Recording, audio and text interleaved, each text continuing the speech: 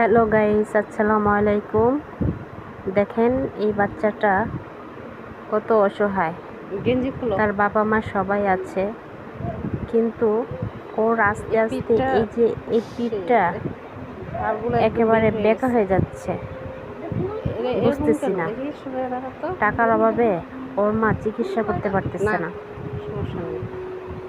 ওর বাবা অল্প কিছু কাজ করে, সামনে থেকে দেখি, সেটা দিয়ে সামনের দিকে কিছু ধর, হালকা পাতলা তাদের বুকটা দেখো। সংসারটা চলে।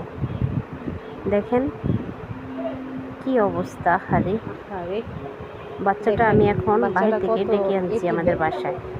টাকার জন্য বললাম, চিকিৎসা করতে পারতেছে না। তোমার পিঠটা এরকম কেন? বলতেছে টাকা পয়সা নাই, চিকিৎসা করতে টাকা নাই। তোমার বাবা মা চিকিৎসা করায় না?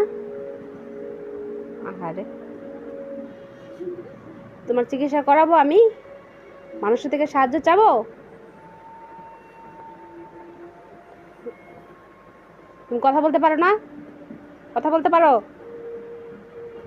আরে আচ্ছা, ঠিক আছে, দেখি তোমার চিকিৎসা করার জন্য মানুষে আমাকে সাহায্য করলে আমি তোমাকে এটা দিব। হ্যাঁ, তোমার বাবা মাকে দিলে তোমার চিকিৎসা করবে, ঠিক আছে?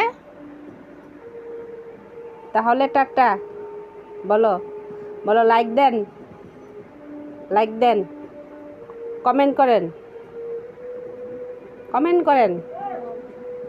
আচ্ছা, ঠিক আছে।